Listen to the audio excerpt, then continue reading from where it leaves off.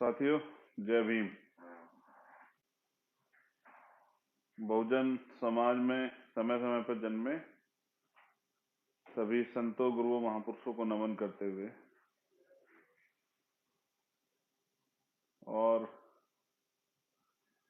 जो सामाजिक परिवर्तन के अग्रदूत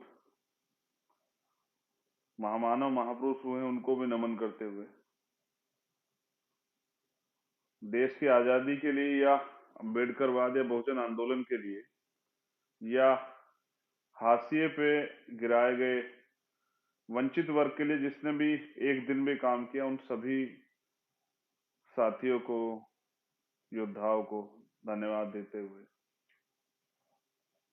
जो पूर्व में आंदोलन चले, उन आंदोलन के जो अग्रदूत हैं, उन सबको अपना क्रांतिकारी जय भीम नीला सलाम पेश करता हूं। साथियों, आज का लाइव महत्वपूर्ण लाइव है, तो मैं महापुरुषों को नमन तो करना यही होता है कि उनके दिखाए रास्ते पे आप चलें, क्योंकि सभी महापुरुषों ने कहा कि हमारे चित्र नहीं, चरित्र पकड़िए। लंबे समय से हमने चित्र ही पकड़े, चरित्र नहीं पकड़े। उसका खामियाजा हमें समाज को भुगतना भी पड़ा है। एक महानायिका जिनका आज जन्म दिवस है, जयंती है, उनको तो नमन करना पड़ेगा।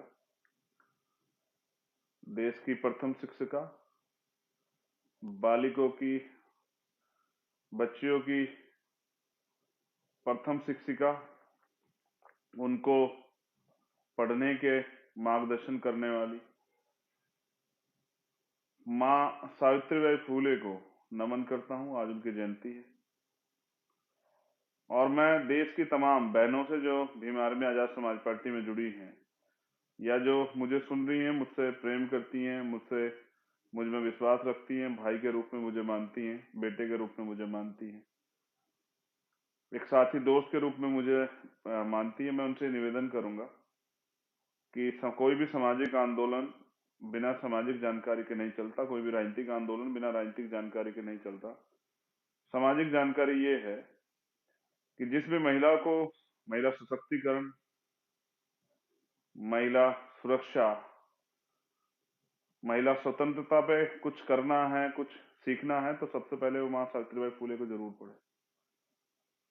अगर माँ सावित्रीबाई फूले का जीवन आपने नहीं पढ़ा तो शायद आप अपने जीवन को सफल ना कर पाओ और आप आगे ना बढ़ पाओ। मेरा ऐसा विश्वास है कि जो भी बहन, हमारी छोटी बच्ची, जो जिस भी रिश्ते में हमसे जुड़ी हुई है, अगर वो एक बार वो सामाजिक परिवर्तन के आंदोलन में या राजनीतिक रूप से सफल होना चाहती है तो उसको आदर्श चुनना पड़ेगा, और आदर्श चुनने के लिए उनके पास है माँ सावित्रीबाई फूले, जिनको पढ़ने के बाद ये विश्वास होता है कि किस तरह से अन्याय, अत्याचार, जुर्म, जाति, अपमान सह के भी अपने लक्ष्य के प्रति जो आदमी डटा रहता है वो सफल होता है।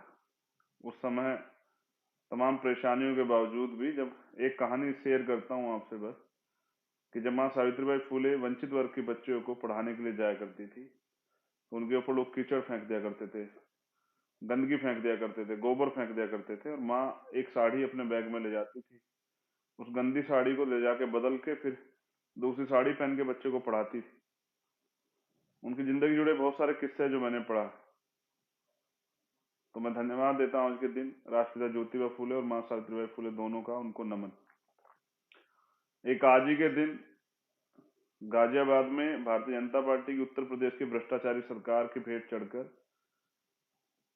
अंतिम संस्कार करने गए कुछ एक परिवार और उन परिवार के जो शुभचिंतक थे, जैसे ही वो अंतिम संस्कार करने के लिए गाजियाबाद शमशान घाट गए तो वो क्षति जा पड़ी और बहुत बड़े संख्या में 23 से 24 लोगों की, लगभग जितना मुझे याद है, जान गई थी। मैं उनको भी नमन करता हूँ, श्रद्धांजलि अर्पित करता हूँ। उनके परिवारों के लिए भी मेरी भावभीनी श्रद्धांजलि, क्योंकि जो अपना खोता है उसको एहसास होता है, और उन परिवारों की कोई गलती नहीं थी, बस वो सिस्टम और भ्रष्टाचार की भेंट चढ़ गए, क्योंकि इस भ्रष्टाचार ने, इस झूठ की, लूट की राजनीति ने उन परिवारों को हमसे, उन साथियों को हमसे छीन लिया। क्योंकि आज जो राजनेता बैठे हैं उन्हें किसी भी तरह से अपनी जेबें भरनी है। इसलिए आजाद समाज पार्टी नई और परिवर्तन की राजनीति करने के लिए मैदान में आई। तो साथियों, जैसे आज का जो विशेष लाइव है वो है कल के जो ओबीसी महासभा द्वारा आंदोलन बुलाया गया था, जिस आंदोलन में वंचित वर्ग के सभी लोगों ने, सभी संगठनों ने, बहुत सारे बड़े पैमाने संगठन पार्टियों ने सहयोग किया। और वो आंदोलन था हक की लड़ाई के लिए, क्योंकि जब भी इस देश में वंचित वर्ग के लोग हक की लड़ाई लड़ते हैं तो आरएसएस और बीजेपी के लोग मंदिर का मामला लेके आके उनके हक की लड़ाई से उन्हें दूर कर देते हैं, उनके रास्ते को भटका देते हैं। लेकिन इस बार उन्होंने जो अन्याय, जुल्म और अत्याचार उनके साथ हुआ, उनका जो अधिकार है उसे छीनने का प्रयास किया गया कि पंचायत चुनाव में बिना ओबीसी आरक्षण के पंचायत चुनाव होंगे, ऐसा प्रयास किया गया। उसके विरुद्ध उन्होंने आंदोलन मजबूत किया और भीम आर्मी की वहां की टीम ने समर्थन किया। जैश के साथियों का बड़ा समर्थन था। कल उनका आंदोलन था, मैं भी उसमें शामिल होने के लिए गया था, लेकिन आपके जानने की इच्छा भी थी कल हुआ क्या। तो साथियों, जैसे ही मैं एयरपोर्ट पहुंचा भोपाल और एयरपोर्ट उतरा ही तो कुछ पुलिस के लोग खड़े थे, इस तरह के कपड़े और झंडे पहने हुए जैसे वो हमारे संगठन और जो ओबीसी महासभा के साथी हैं उनके संगठन के लोग हों। और वो मुझे जाते लॉन्ज में चलने के लिए कहने लगे कि कुछ साथी और आ रहे, फिर चलेंगे। और फिर उन्होंने मुझसे मेरे फोन और सब चीजें, आवश्यक चीजें जो हैं वो ले ली मुझसे। मुझे एहसास हुआ कि उन्होंने मुझे अरेस्ट कर लिया है। मैं उनसे खूब अपने अधिकारों की बात करता रहा, लेकिन सत्ता के दम पे दमन की प्रक्रिया चालू थी और 50 से ज्यादा की संख्या में पुलिस के आला अधिकारी और जो कर्मचारी हैं, सिपाही लोग, वो वहां मौजूद थे और उन्होंने तय कर लिया था कि वो मुझे जाने नहीं देंगे। लगातार मैं उनके सीनियर अधिकारियों से बहस करता रहा, कॉन्स्टिट्यूशन के जो के वैल्यू हैं, जो हमारे अधिकार हैं आर्टिकल 19 में, यदि उनकी बात करता रहा। लेकिन आज के लोकतंत्र में ये सिर्फ बेईमाना साबित होता, क्योंकि कोई भी पार्टी संविधान को मानती नहीं। फिर रात में इस शर्त के साथ कि मैंने जब कहा कि मैं जानना चाहता हूं, मुझे जैसे खबर लगी थी कि हमारे कार्यकर्ताओं को नुकसान पहुंचा गया है, कि हमारे साथियों क्या हालात है, मेरी जिद पे हमारे कार्यकर्ताओं को बुलाया गया, हमारे पदाधिकारियों को। फिर मेरी उनसे मुलाकात हुई और फिर जबरन मुझे रात को 10 बजे वहां से फ्लाइट में बिठाकर दिल्ली रवाना कर दिया गया। मैं समझता हूं कि ये एक दमन की कार्रवाई, लेकिन इस दमन की कार्रवाई के अलावा भी मुझे आपसे कुछ बात कहनी। मैं धन्यवाद देता हूं पहले तो ओबीसी महासभा के साथियों का कि उन्होंने इस लड़ाई को लड़ने की ठानी। मान्यवर काशीराम साहब कहते थे, मैं अकेला ही चला था मंजिले जाली, लोग मिलते गए और काफिला बनता गया। आपने शुरुआत की है और दमन की शुरुआत भाजपा की शिवराज सिंह चौहान ने की है। हम तो दमन के शिकार लंबे समय से हैं, लेकिन इस दमन ने हमारे हौसले नहीं तोड़े। मैंने कल भी कहा था साथियों, अगर आप मुझसे जानना चाहते हैं कि ये क्यों हुआ, क्यों आंदोलन नहीं होने देगा, तो उसका मेरे पास एक पुख्ता रीजन है। क्योंकि जब भी इस देश में बहुजन समाज के लोग, यानी कि स्पेशल एससी, एसटी, ओबीसी और माइनॉरिटी के लोग इकट्ठे होने का प्रयास करेंगे, ये सरकार किसी भी कीमत पे नहीं होने देगी, ये हो या कोई और सरकार हो। क्योंकि वो जानती है लोकतंत्र में जिस दिन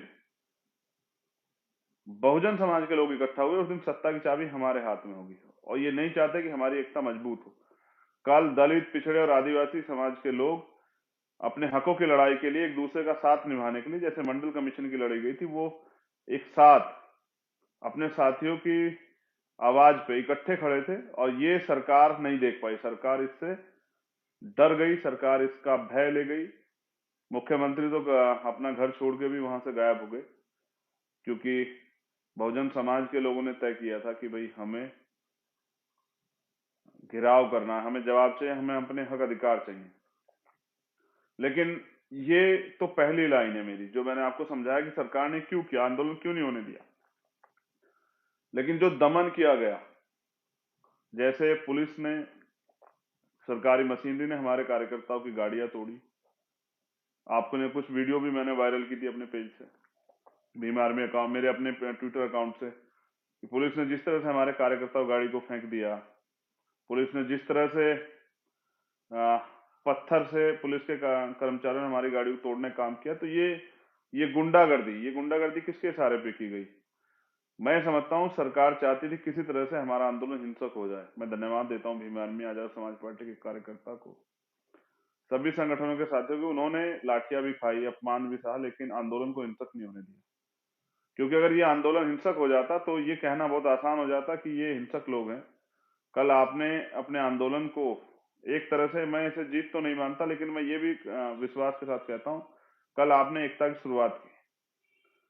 लेकिन जो दमन की कार्रवाई मुख्यमंत्री ने शुरू की है, शिवराज सिंह चौहान जी ने, तो मैं बस उस पर आपको इतना कहना चाहता हूं, मुख्यमंत्री जी, शुरुआत आपने की है और इस लड़ाई को अंजाम बहुजन समाज के लोग देंगे।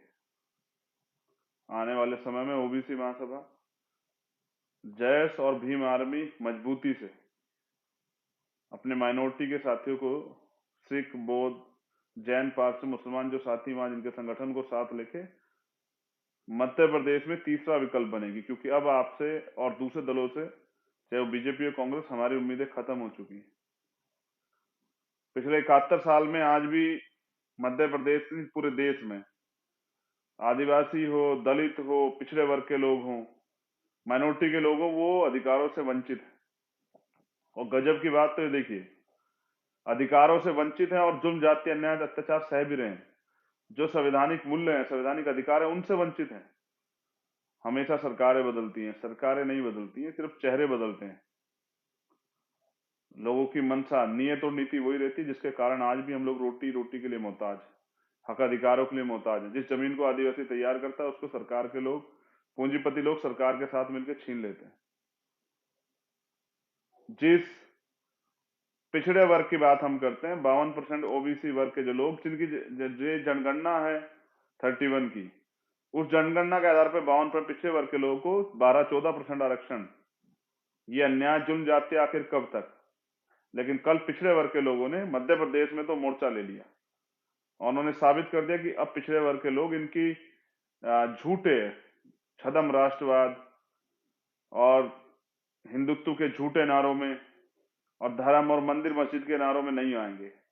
वो अब इस लड़ाई को मजबूती से लड़ेंगे और वो अब हक अधिकार चाहते हैं। और स्पेशली जैसे मैंने नौजवानों का जोश देखा, बहुजन समाज में पिछड़े वर्ग के लोग, नौजवानों को, पिछड़े वर्ग के नौजवानों को मैंने जोश देखा इस आंदोलन में, उससे स्पष्ट हो गया है कि पिछड़े, आने वाला वक्त जो है ना, वो बहुजनों का है। डॉक्टर अंबेडकर कहते हैं कि जाओ अपनी घर की दीवारों पर लिख दो, हम इस देश के शासक हैं और हमें इस देश का शासक बनना। ये बात डॉक्टर अंबेडकर ने तब कही जब हमारे घरों पे दीवारें भी नहीं थी, लेकिन एक सपना था उनका, एक विजन था कि एक समय आएगा हम ही लोग इस देश में शासक बनेंगे।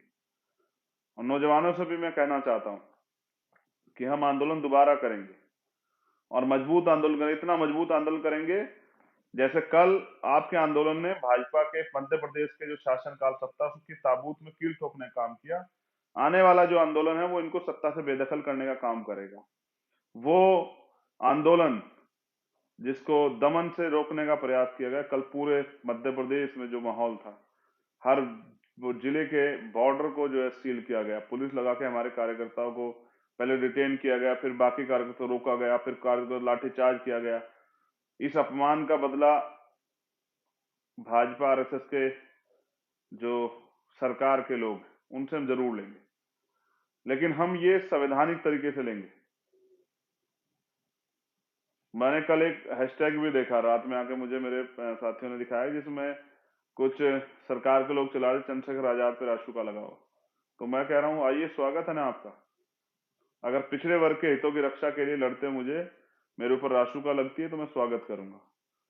क्योंकि मैं मान्यवर काशीराम साहब को अपना नेता मानने वाला व्यक्ति, महामना रामस्वरूप वर्मा, बाबू जगदेव प्रसाद कुशवाहा, जननायक कर्पूरी ठाकुर, प्यारे लल्लू यादव, प्यारे रामास्वामी नायकर को अपना आदर्श मानने वाला छत्रपति साहू जी महाराज और राष्ट्रीय ज्योतिबा फुले को अपना आदर्श मानने वाला चंद्रशेखर आजाद, मान्यवर काशीराम साहब और डॉक्टर बाबा साहब अम्बेडकर को आदर्श मानने वाला चंद्रशेखर आजाद, अगर वो जो बहुजन समाज बनाना चाहता है, अगर उस बहुजन समाज बनाने की लड़ाई में, संघर्ष में मुझे मेरी जान चली जाती है, या मुझे रासुका लग जाती है, मेरे ऊपर और कोई धारा लग जाती है, मुझे जेल हो जाती है, तो ये मेरे लिए गर्व का विषय। मैं क्रांतिकारी हूं, नेता नहीं।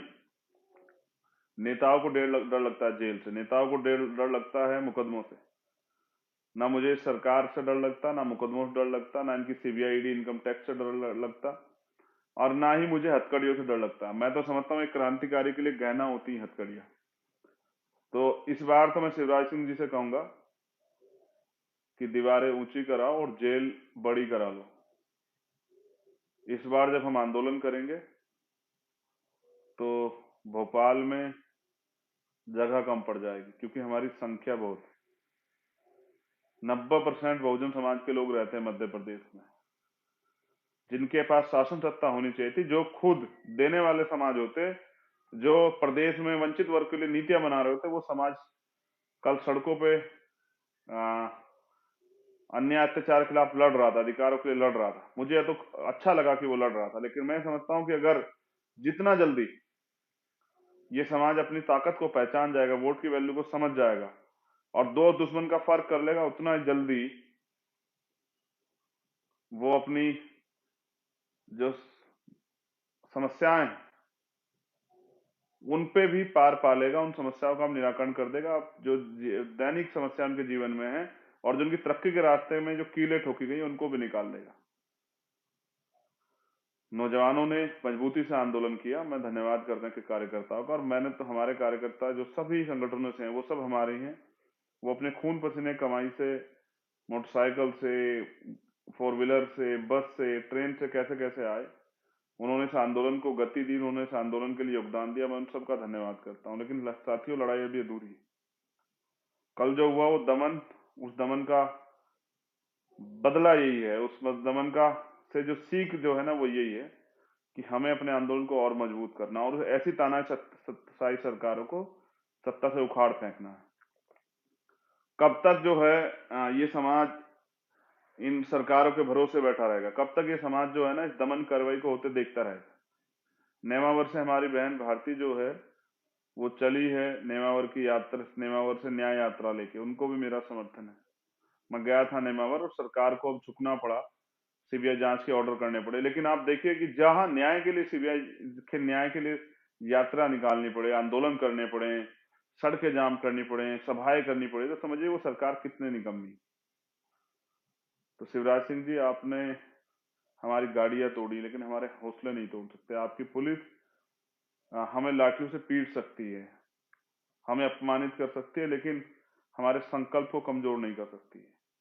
आपने जो सोचा था ना कि बहुजन कल इकट्ठा नहीं होंगे, बहुजन तो इकट्ठा हो चुके, आपको एहसास नहीं, आपकी जमीन से रख रही है। गांव गांव में इस बात की चर्चा है कि ये सरकार पिछड़ा और दलित और आदिवासी विरोधी है। आपको शायद सुनाई नहीं दे रहा है, लेकिन मैं चाहता हूं ना कि इसकी गूंज जब आपको महसूस होगी तो वो सन 2023 होना चाहिए।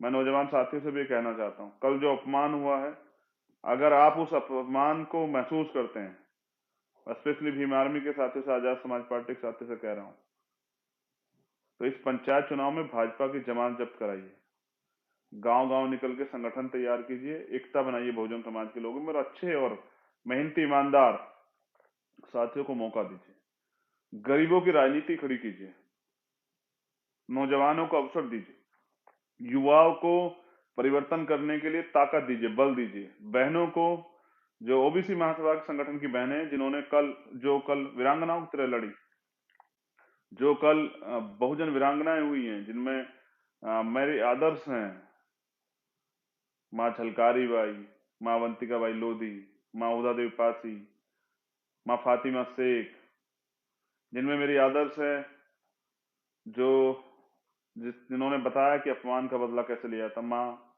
फूलन देवी। मैं उन तमाम बहनों से भी कहना चाहता हूं कि सड़कों से जो आंदोलन कल आपने शुरू किया है, उसको गांव गांव तक लेके जाना है। इस जालिम सरकार को बताना है कि हम जिनको कल अपमानित करके मध्य प्रदेश में आंदोलन करने रोका गया, उनमें कितना दम है। मैं उन वीरांगनाओं को धन्यवाद भी देता हूं कि वो घर से निकल के इस आंदोलन को लड़ने का काम किए। लेकिन मैं नौजवानों से फिर कहना चाहता हूं कि मध्य प्रदेश परिवर्तन मांग रहा है।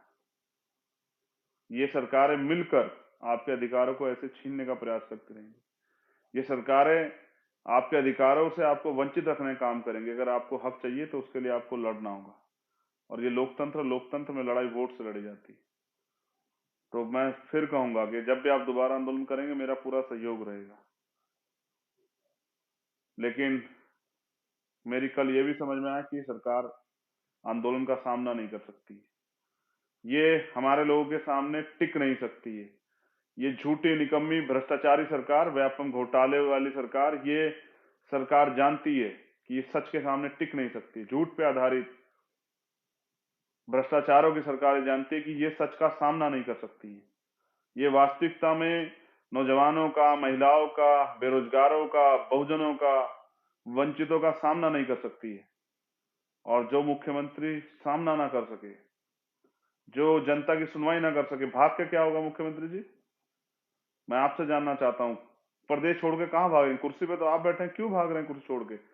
जनहित में जनता के मुद्दों पे संवाद कीजिए ना। कल हुआ क्या था? हम लोग अपनी बात ही तो कहना चाहते थे, आपको क्या घबराहट हुई? डर गए? कहां भाग गए? और आपको क्या लगा बंद करने से, जेल भेजने से, मुकदमे लगाने से, या रिटेन कर लेने से, या गाड़ियां रोक लेने, गाड़ियां तोड़ने से क्या हम डर जाएंगे? आपको क्या लगा कि हम लोग डर गए? आपको क्या लगा हम लोग भाग जाएंगे?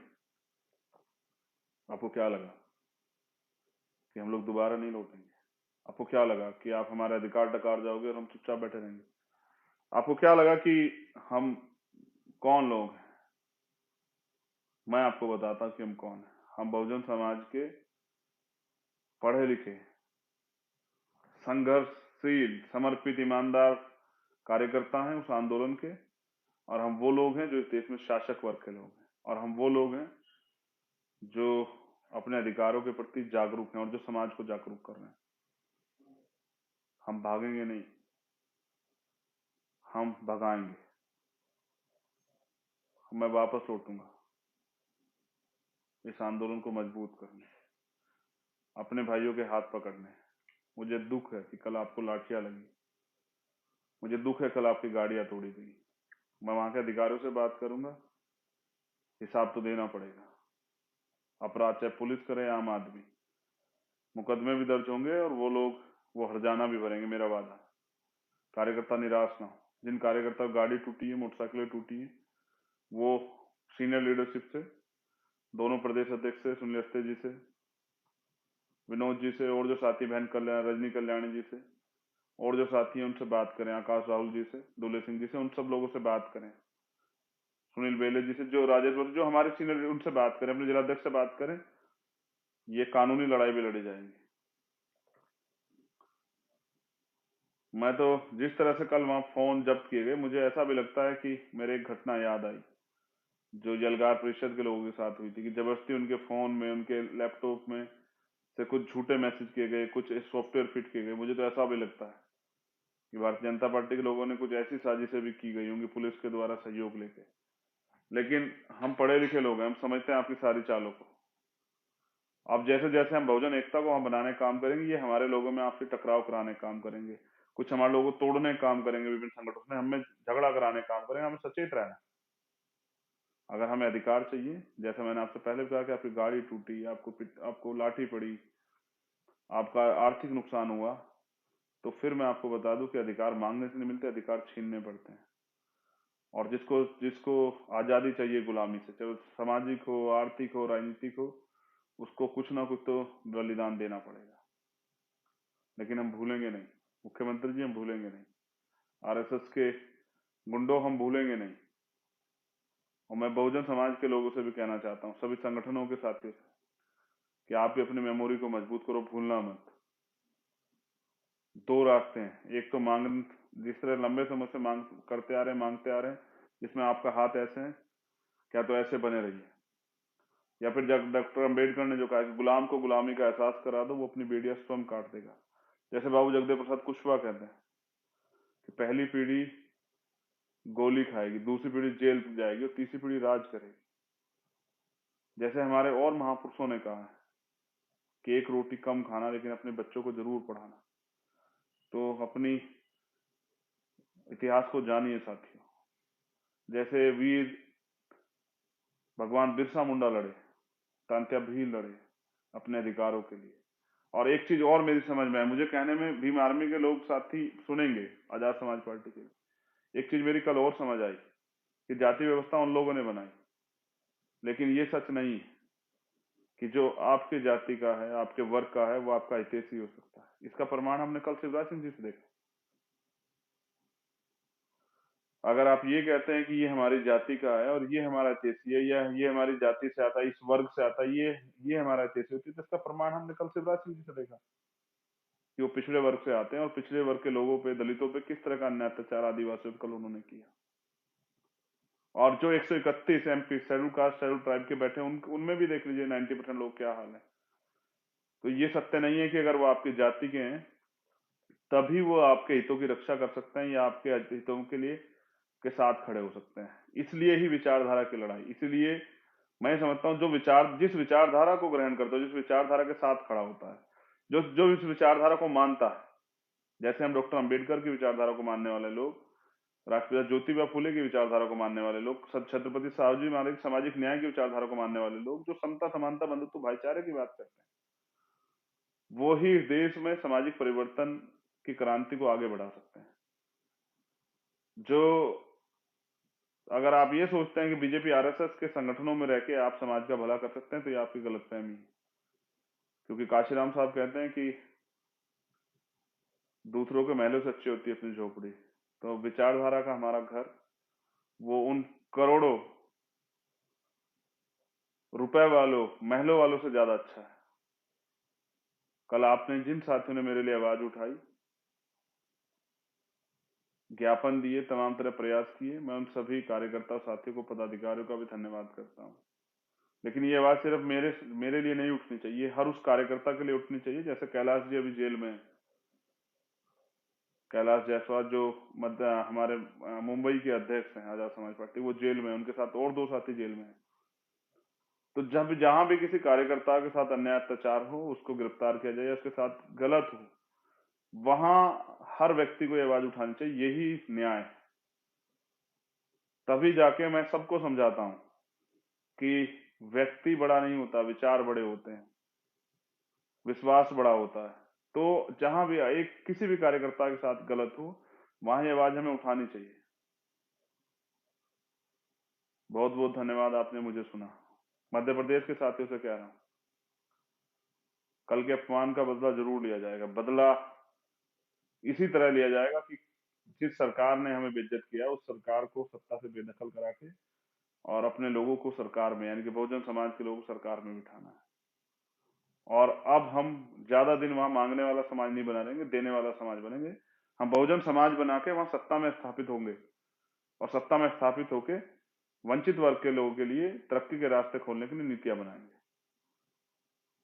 हम चल लौटेंगे और एक बड़ा आंदोलन करेंगे। तारीख आप तय कर लीजिएगा, मिलके मैं वापस आऊंगा। मेरे लिए यही राजनीति है कि जहां मेरी जरूरत है मैं वहां खड़ा रहूं। मैं दोबारा फिर कह रहा हूं अपने पिछड़े वर्ग के भाइयों से कि जो कारवा मान्यवर काशीराम साहब अधूरा छोड़ गए, उसको पूरा करने के लिए मैं अपने जीवन का एक क्षण, लहू का आखिरी कतरा लगा दूंगा। मुझे बस सिर्फ आपके विश्वास की, आपके सहयोग की जरूरत है। आपने निकम्मे झूठे लोगों पे विश्वास किया है, आप सच्चे लोगों पे, ईमानदार लोगों पे, संघर्षशील लोगों पे विश्वास कीजिए और अवसर दीजिए। ये जो गुलामी जिसको आप महसूस करते हैं, जो बेबसी जिसको आप महसूस करते हैं, महिलाओं पे होने वाला तमाम तरह का शोषण, उनकी उनके उनके साथ जो है उनका आर्थिक सशक्तिकरण जिन कारणों से नहीं हो पा रहा, उन सब चीजों पे काम करके, एजुकेशन पे, हेल्थ पे, रोजगार पे, नौजवानों के लिए रोजगार बहुत बड़ा मामला है, इन सब चीजों पे काम करके एक अच्छा सशक्त समाज बना के एक अच्छा प्रदेश और एक अच्छा देश बनाने का काम करेंगे। आपसे आशा और सहयोग की उम्मीद के साथ साथ जय भीम, जय भारत, जय संविधान, जय लोकतंत्र, जय विज्ञान, और वहां पहुंचे सभी साथियों का धन्यवाद। हम फिर मिलेंगे। मुख्यमंत्री जी, आपको क्या लगा हम डर गए? वापस लौटेंगे। अगर इस बार ताकत इतनी होगी कि आपकी पुलिस रोक नहीं पाएगी। धोखे से किसी गिरफ्तार करना और अपने आप को ताकतवर समझना, ये गलतफहमी है। अगर एक बार पहले एहसास होता तो चंद्रशेखर आजाद आजाद है, उसे आप रोक नहीं पाते। दोबारा प्रयास कीजिएगा। इस बार कह के आऊंगा, बता के आऊंगा, मौका दे के आऊंगा। जय भीम, जय भारत। कल के आंदोलन को सफल बनाने के लिए सब एक एक कार्यकर्ता पदाधिकारी का बहुत बहुत धन्यवाद। जय भीम।